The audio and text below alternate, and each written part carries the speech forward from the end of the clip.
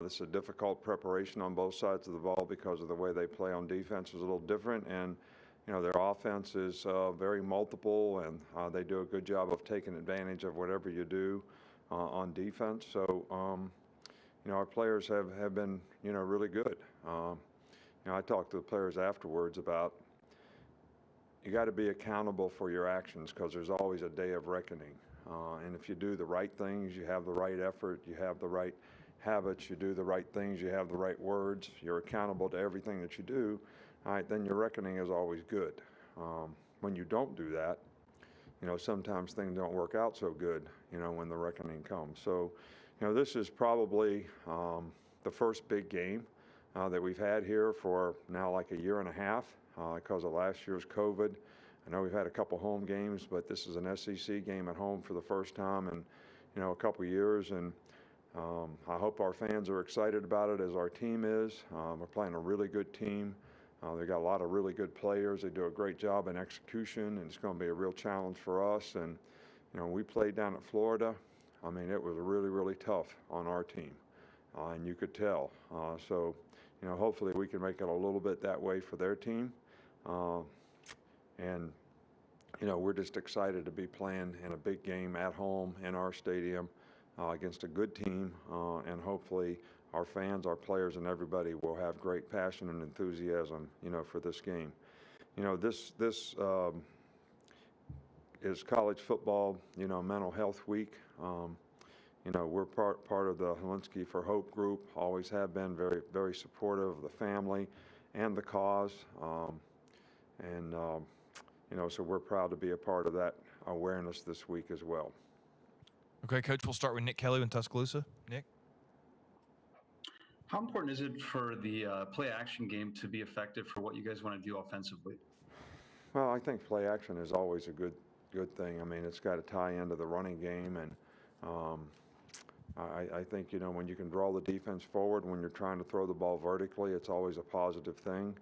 I think when they drop more guys, it gets a little bit more difficult, but I still think it's got to be a big part of what we try to do. Go to Michael Casagrande. Yeah, you've talked about the mismatch your tight ends have created defenses this year. How would you say your defense has managed opposing tight ends? Look, I don't think, I think the couple times the tight end has caught balls against us at Florida in the last game, it was because of our sort of lack of execution, not necessarily because the guy, mismatched somebody physically. Obviously, when we played Florida last year and they had Pitts, that was a mismatch, and they took advantage of it, and we didn't do a very good job on him. But we haven't really had a guy like that this year.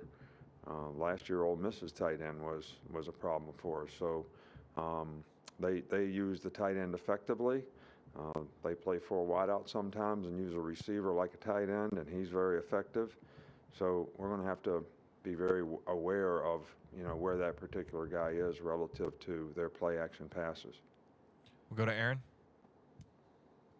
Lane Kiffin comes from a football family. I wondered, did your career ever intersect with Monte Kiffin at any point? And when it came out, what did it do to football? How inventive was the Tampa 2 he was sort of kind of co-credited with?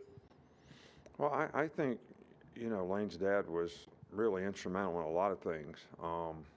I remember, I think he was at Nebraska way back when I first started coaching. I can't remember if I was at West Virginia. I think I was at West Virginia, and we went and visited him, and Pete Carroll was actually with him at the time. But he was really the first coach that I remember that actually coordinated front and coverage. Where you overshifted the front one way and balanced the coverage back the other way, and tied it together in a way that it was very, very effective. And then he gets a lot of credit, when he was in Tampa for, Tampa 2, which I think he was the first person to do that, and it caused people a lot of issues, for a long time.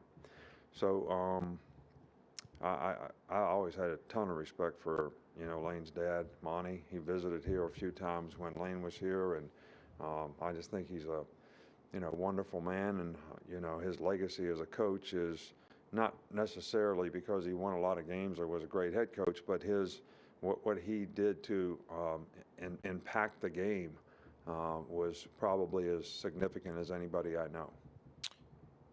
We'll go to Charlie Potter.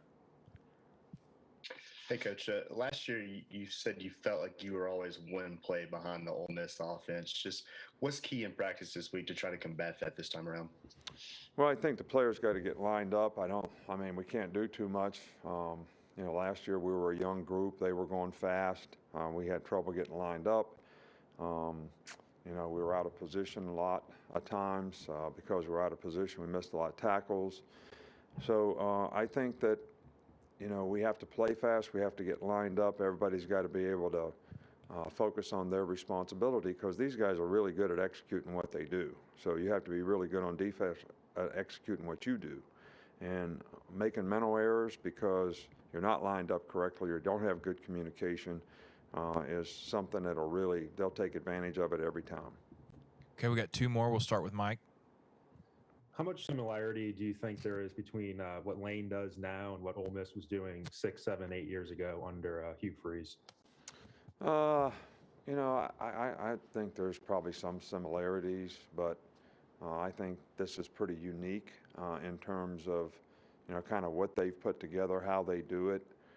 There's some similarities to, spread, but there's also, they run the ball. I mean, they run the ball and they run it effectively, and they're really good at it. And then they're really good at taking advantage of anything you do to stop the run. They're going to throw RPOs or play action passes to take advantage of that. They have man beaters when you play man to man. So it's very well orchestrated offense, but it's also not only well conceived, but it's also very well implemented, in the game to take advantage of what the defense is doing.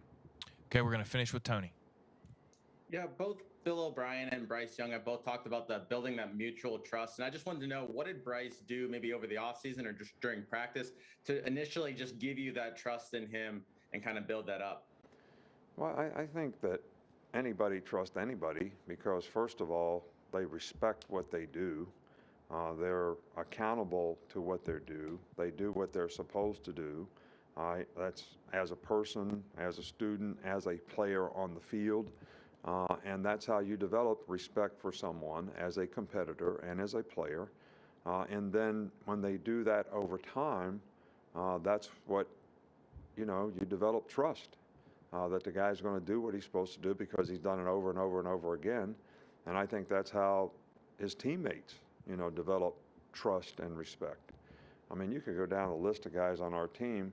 They probably would never tell you if you ask them, but they all know who they can trust that's going to run the right route and catch the ball at the right depth and all that. And they probably know some of the guys that they can't trust to do that. And it's because those guys have not been accountable to do it the right way on a consistent basis. So then the result is kind of the reckoning based on what happens when you go perform, which is every game that we play. So I think that's how anybody gains trust, that you do things the right way over a long period of time, and people come to find out, hey, you can believe what this guy says. He says what he means. He's going to do what he says, and he'll go out and execute it every day, and that's how you develop trust. I think that's how anybody develops trust. All right. Thanks, Coach.